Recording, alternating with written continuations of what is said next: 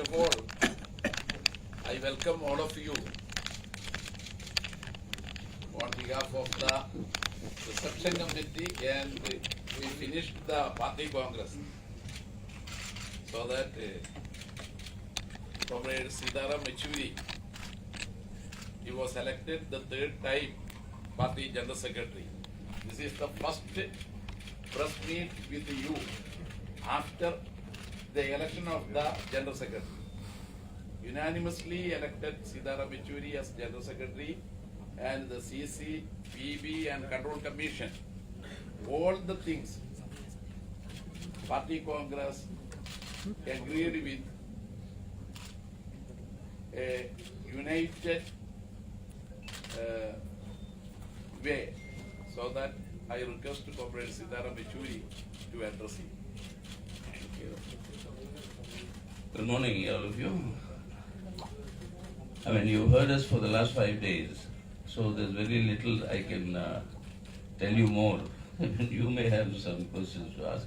But at the outset, through you, I'd like to first place on record a deep sense of appreciation to the manner in which the reception committee, organizing committee, Kannur district committee, and Comrade Jayarajan as its secretary, has actually organized this Congress. And effortlessly for 5 days, we discussed very important issues and very long sessions, and everything was taken care of. So my salutes to all the volunteers, the entire committee, and I want to place it on record that the whole party is appreciates the manner in which they conducted this Congress.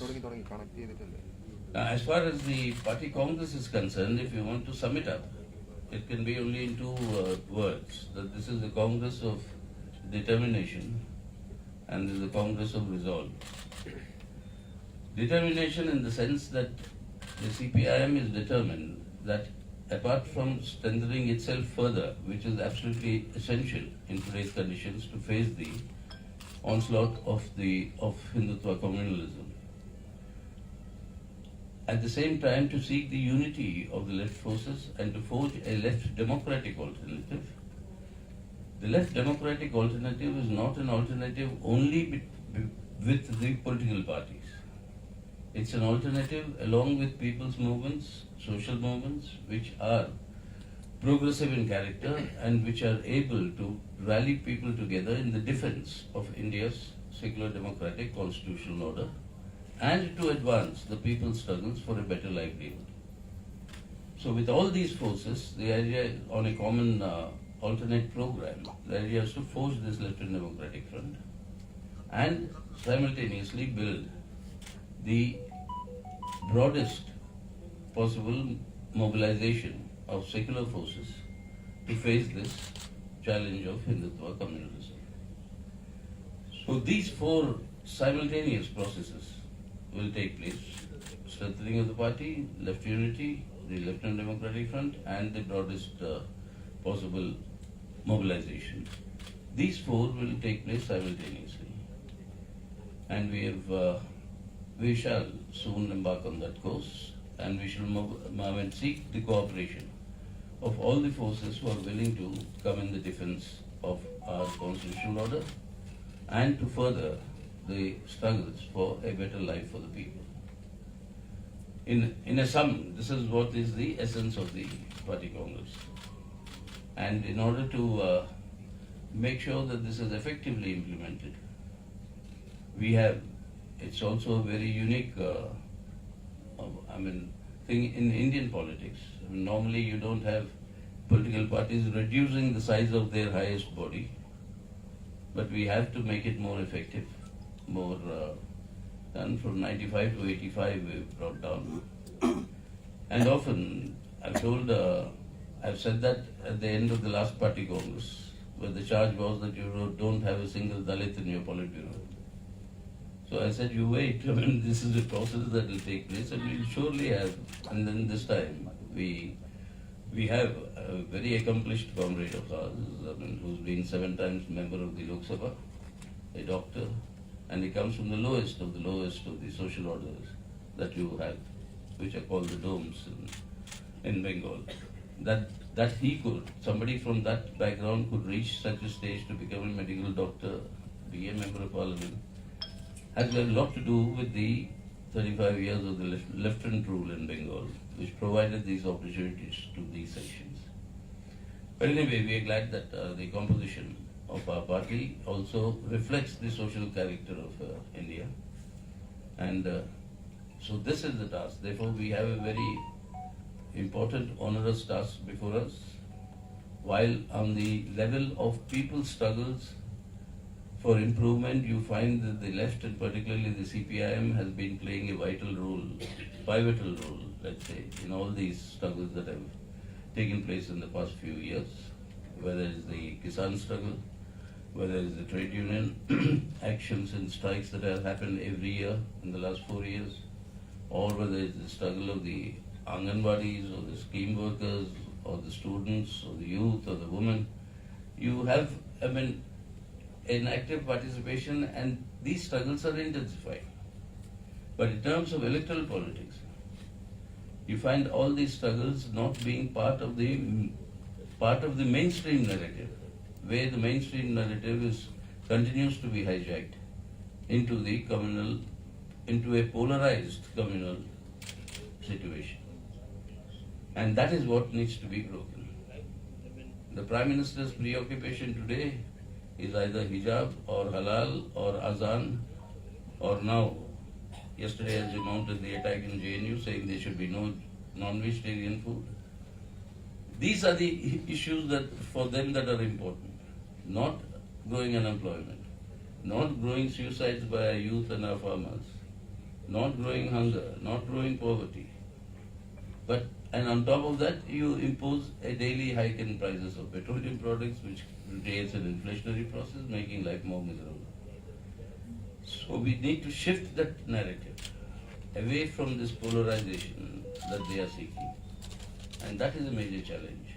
And that is what we have undertaken to ensure that that will happen in cooperation with the broadest possible mobilization of secular forces. So in a nutshell, if you have anything to ask, you're welcome. Comrade, you said you will strengthen the party. That is your first objective. For strengthening the party has to be strengthened at the center and at the regional level. So what are the measures you will take to strengthen the party at the center? You see, for strengthening of the party is not only the question of personnel at the center discharging responsibilities. That's important. But the main strengthening of the party comes from the grassroots level activity. So the focus and the priority that is given this time in the party congress is to develop your local struggles on issues that are affecting the local population. Somewhere it will be water, somewhere it will be electricity, somewhere it will be transport, somewhere it will be roads. But whatever those issues are, on that to mobilize the people and to launch your sustainable movements to realize that objective. This is I would say that this is the axis for the party's growth.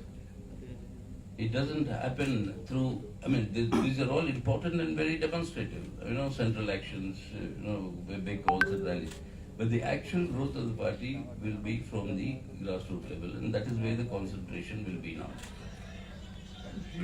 Comrade, is there any special plan for the North Indian states? For the North Indian states? North Indian or North Eastern? Both. Both. What is the plan? Yeah. Is there any special plan? You see, for the North Indian states, particularly Hindi-speaking states, we have worked out a plan, but we had also said that soon, very soon, we'll have a meeting with the secretaries of all these Hindi-speaking states in order to discuss how to implement what we have outlined in our political organization report. And that is basically to take on, you see, the Hindutva communal agenda has to be met straight on. We got to take the bull by the horns. Only thinking that on people's issues organizing protest is going to mute that monster, that is not going to happen. Hindutva that entire communal agenda has to be frontally taken on, and that has to be done politically, ideologically, socially, culturally, very important, and organization. So they use all the social mechanisms available, from organizing communal community kirtans to bhajans to various things through which they propagate this polarization. Now these have to be countered at each level, and that is the challenge that has to be taken up, particularly in the northern states, in the Hindi-speaking states, and in the northeast now, using Assam as the axis. They are now communalizing rapidly and most dangerously the entire northeastern region, and that will have very serious consequences for the future. But that is the challenge that we'll have to take on. See, during the last 8 years of Modi, the minorities, farmers, and Dalits were the most affected. So, do you have any action plan to organize intensive protest among these people? Yes. In fact, the farmers' action, though finally the launch of the farmers' protest against the farm laws happened under the large umbrella organization of the Sanyukt Kisan Morcha. For 2 years before that, there was a consistent and a very systematic effort to bring together all these farm unions. And the whole thing started, if you recollect, from the long march that was of Maharashtra, from Nasik to Bombay, that took place. That was in fact the launch pad by which all these organizations came together. Prior to this farmers' agitation, private member bills were moved both in the both houses of Parliament by this committee, the All India Kisan Sangharsh Samiti, and K.K. Ragesh, then our Cpimap MP in Rajya Sabha, he and Raju Shetty, who belongs to the Agadi in Maharashtra, an independent organization, they moved private member bills seeking what? Waiver of farm loans. If you're waiving your corporate loans, why don't you waive the farm loans? And the other one is on the MSP.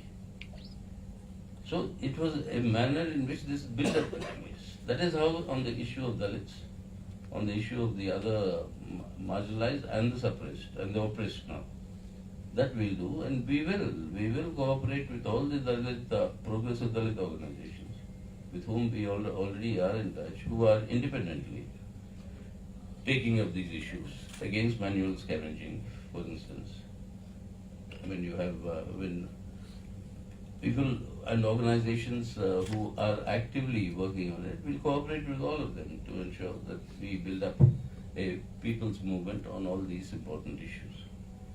Caste data is something that the government at the center doesn't believe in making public. Which one? Caste data. Caste data. Yeah. And the Maharashtra government went to court, and you know the history. The court itself said there is no data available in public, so a reservation for OBCs is off. So now this is an issue around which parties like RJD or SP are rallying. So are we likely to see the left also becoming a part of this and asking the government to, when they conduct this exercise of census, to also gather data pertaining to caste? Yes, first of all, let me tell you, since you asked about data, this government doesn't have any data. This is a data-free government. And whatever data they give is a data that is suited to their agenda. That is why I have said, I sat on the floor of the House, so they can't charge me with unparliamentary language. I reminded the Modi government, I continue to remind the Modi government, that there is an old English saying which says, quote, lies, damned lies, and statistics. So this government's data is that. This is statistics. That is the general point on data that you said. As far as the caste census is concerned, we are in favor of a caste census, and we have stated it publicly. And we have in fact specifically said when the 2021 census that is delayed now because of COVID, When the 2021 census enumeration takes place, along with that, a caste enumeration must take place. Now, this is necessary. I mean, because the charge normally comes is that you are dividing in terms of caste. You'll create a casteist fragmentation. That's not the issue. The issue is that you have to, you have to actually understand what is the Indian reality. Otherwise, on what basis are various states and the center giving reservations? On what basis is the OBC reservations of 27% being granted? What is the enumeration that is going on? What is the reality? What is the status? I think that knowledge is important for not only for policy direction, but it is also important for actually addressing the issues of the marginalized and the oppressed, and to ensure that the benefits of reservation or any other schemes meant for them actually reach the needy among them. And that is absolutely essential. Comrade, after the Kolkata plenum, you said parties going to the masses, like how a fish swim in the water, and how it's implemented in this duration. It between the plenum and the party congress. Well, the fish was in the water, and that is why you have all these all these struggles that were going on. But the fish in the water, has also now to start fishing in the muddy waters of communal polarization, not only people's mobilization, people's struggles. We'll have to take on that challenge as well. Remember, the lotus is always blooms on the basis of the filth that is there in the pond. The more the lotus blooms, greater the filth. We have to tackle the filth. And that is where we have to start swimming now. Do you think that the party has to take a responsibility to organize protest against saffronizing academics? Of course. Of course, that has been our absolute priority. In fact, even in our political resolution, you'll see the whole section on the assault on rationality. I mean, what is happening today? I mean, this is true of any fascistic movement. The first casualty is to attack the people's consciousness through irrationality. Irrationality promotes faith. Faith is the basis on which such ideologies thrive. So blind faith, rationality seeks answers on a rational basis. Irrationality tells you that you cannot get an answer. Faith is the only answer. Now that is the whole philosophical approach of all fascistic forces.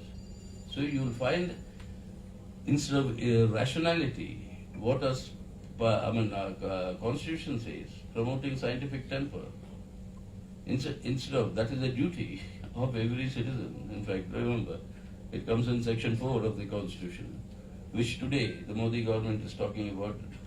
Not only the rights, people should not only talk about their rights, but also their duties.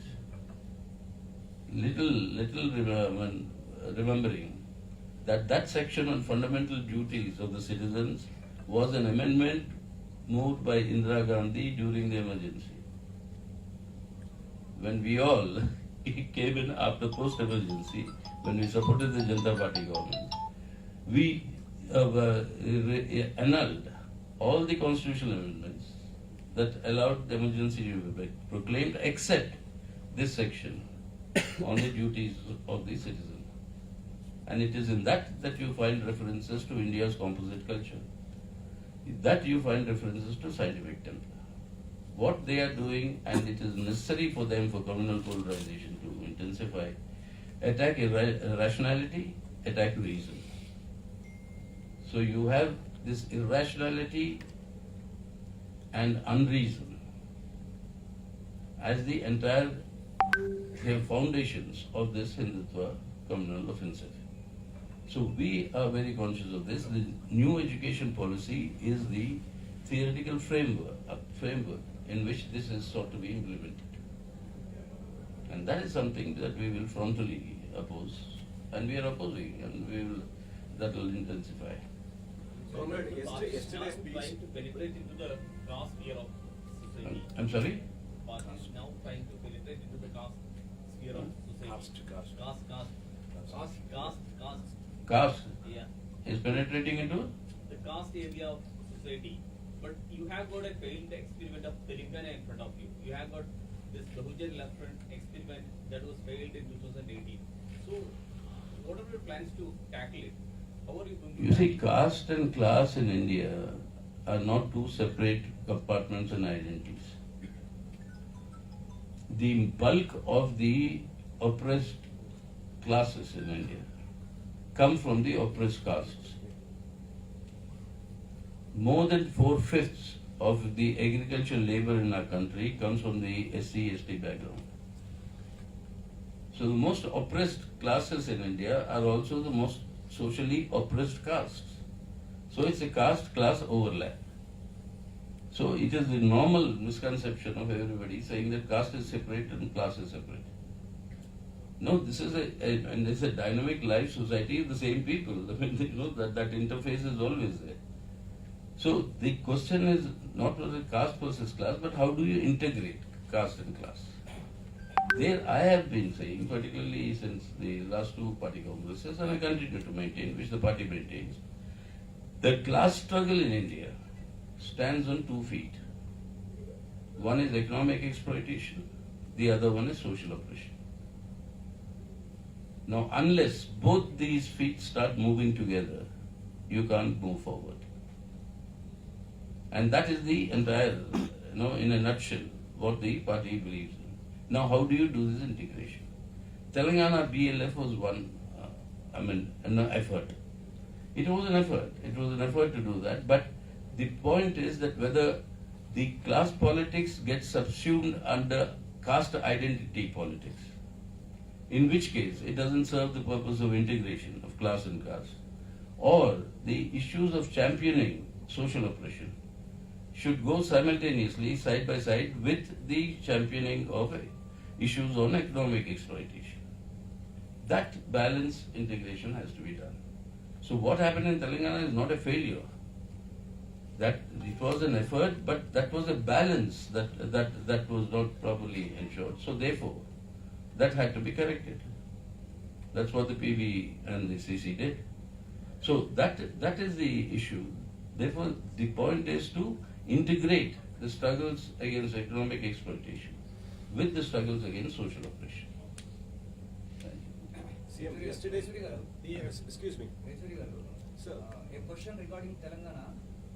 ఈ రోజు కేసీఆర్ ఢిల్లీలో ధర్నా చేస్తున్నారు. ఏం చేస్తున్నారు? కేసీఆర్ ఢిల్లీలో ధర్నా చేస్తున్నారు. ధాన్యం కొనుగోలు సంబంధించి ప్యాడీ ప్రొక్యూర్మెంట్. అయితే జనరల్ స్ట్రైక్ కు ఎలాంటి మద్దతు ఇవ్వని కేసీఆర్ తర్వాత బీజేపీకి అగెనిస్ట్ గా ప్రతిసారి పాల్గొంటా ధర్నాలు చేస్తానని చెప్తారు. బట్ జనరల్ స్ట్రైక్ మాత్రం మద్దతు ఇవ్వట్లేదు. మీరు చాలా సార్లు కేసీఆర్ కలిశారు హైదరాబాద్. మీరు నిన్న కూడా లౌకిక పార్టీని కలిసి రావాలి ఆలోచించుకోవాలని చెప్పారు. దీన్ని ఎలా చూడొచ్చు అంటారు? తెలుగు రాష్ట్రాలకు సంబంధించిన తెలుగు రాష్ట్రాలకు సంబంధించి answer in Telugu or you also interested in? It is better to be In English. He was asking about KCR's Telangana Chief Minister's role, saying that he is in Delhi now on a dharna demanding the paddy procurement. But on the question of the strike that was called by all the trade unions, but that he did not support. But he takes these positions, and tries to portray himself as being anti-BJP. Now that is a problem with many of these regional parties, as I told you. So we met when the Chief Minister, he was gracious enough to host us a lunch. We were very grateful. I went and, since I grew up in Hyderabad, so Hyderabadi food I'm fond of. So that's a separate matter. But right there we said that now the time has come where we all have to consistently and on a principled basis converge our opposition to the BJP. Our appeal is there to all the regional parties. In fact, when we said sooner or later, the regional parties will realize that this assault on federalism that is coming by this central government is going to completely affect them and negate their own existence.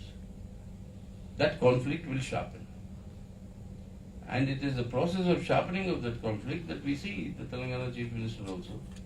I mean, his actions. And soon you will see the other state governments and the Chief Ministers also reacting to it, because that is actually destroying the very character of India. People forget, when we all talk of Indian Constitution, what does Article 1 say? Article 1 of the Indian Constitution, it opens with this article, after the preamble. India, that is Bharat, is a union of states. Full stop. Without states, there is no union. Today, Modi government wants only the union and no states.